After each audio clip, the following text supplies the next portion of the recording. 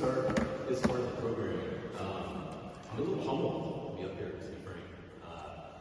My dad's life, he got so many that as I was talking to folks beforehand, and looking at you now, I think everybody would want the chance to come up here and spend 5 minutes saying their favorite story about Big Dave. I don't think Father Steve would approve, but if we had had like an open mic, I think this was the perfect individual to have that sort of present. He just touched that many people. But as my father's son, I'm going to give this a go. As the obituary eloquently stated, Father Steve pointed towards his sermon, David Norman was a man of few words. He listened more than he spoke, a rare quality. Now, I can't take credit, sadly, for that perfect line in the obituary, but I can put a slight spin on it. What I truly admired about my dad was the subtle yet strong way that he approached his life. If I were to write a book based on my dad's life, it would be entitled Strength and Subtlety. The subtle way my dad approached his life came in a lot of different ways. The most notable way are the many accomplishments he achieved during his life that he never truly boasted about. That became very evident in the reactions we received from so many who read the obituary recently, not being aware of the sort of vast array of accomplishments that he had during his lifetime. So many knew my dad as a caring, insightful, and thoughtful man without being aware of the athletic accomplishments, the professional achievement, and just the overall life arc that he had. Personally, I was always ready, willing, and able to talk to anyone who wanted to hear from my father play the final field. I was so proud of him for doing that. But that was my dad's life. He was never going to do it. David Norman's subtle ways were very apparent in his sense of humor. And for those that knew him best, probably one of your favorite facets of his life. He was never the guy to sort of one-up someone with a joke, walk around, work the room, just to be heard. He always had something whimsical and witty that he wanted to say at the very right moment. And when that hit, it was perfect. There are hundreds of stories along this line, but the one story that comes to mind that just makes me smile so much, we had a dinner with when Connor, my son Connor, and my nephew Dominic were toddlers. I'm guessing they were between 1 and 2 years old. And we decided we would sit them in the living room, which was adjacent to the dining room. We decided we would put them in there, they can do whatever they need to do, so the parents can have sort of a quiet dinner. So we put them in the other room, put them on a towel, some toys and whatnot, and kind of leave them there. We all sit down, Lulu had cooked a beautiful meal like she always had. And my father gave just the perfect toast, and she always did. I'm sure some of you heard those. And just as we were sitting down, ear-piercing scream erupts from the other room. And the way the table was situated with Big Dave at the head, he was the only one that could see into the dining room, or into the living room to see what was happening. So all the rest of us started feeling panic, like, Dad, what's going on? How can this be?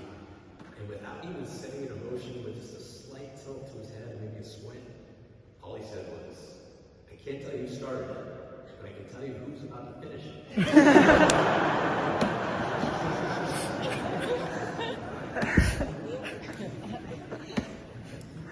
David Norman's subtle yet strong personality resonated in its most meaningful way in the way he parented both me and Sarah. He was always there for me and my sister. In times of triumph, he was understated. He gave you that signature smile that he had that we all know, a little clean in his eye, handshake, job well done. In tough times, he was also there with that great hug, but also his earnest belief that the days ahead had something better in store. David Norman never overanalyzed a problem. He didn't come up with solutions. He didn't have a decision tree on how to get from A to C.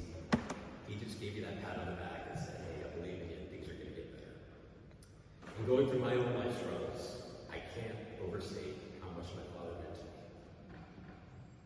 me. Just having him in my corner, knowing he would always be there, kept me going through difficult times. To put it simply, I wouldn't be here, standing in front of you and giving you some stories without his support. Now, with every rule, there's always an exception, and that was true with David Norman's subtle ways. For starters, I believe Mary Lou would have preferred less subtle husband.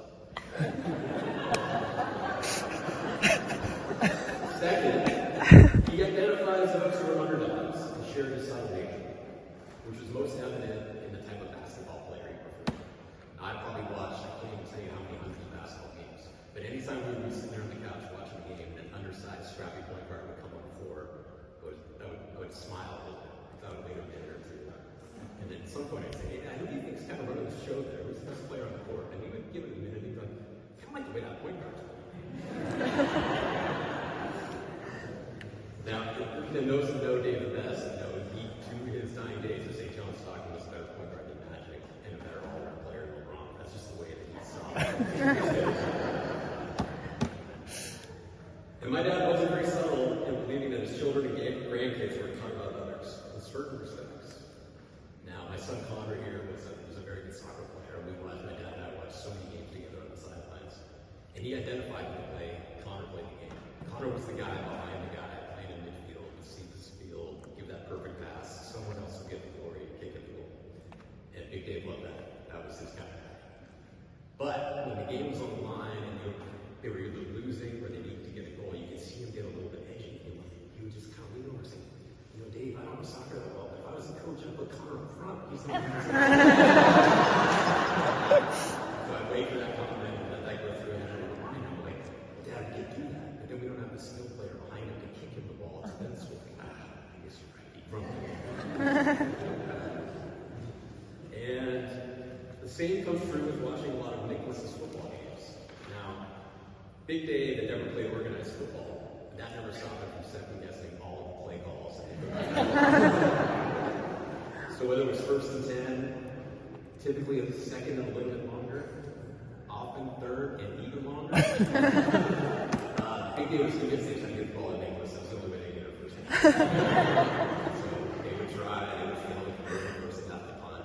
And when it kind of settled down and he was without an earshot of anyone that could hear him, he would lean in my ear and they should have got the ball to Nicholas.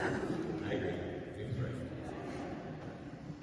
Now, it's only fitting that we're here today at St. Joseph's Basilica to celebrate the life of David Norman Lillavan Jr., being the same place we had to say goodbye to David Norman Lillavan Sr.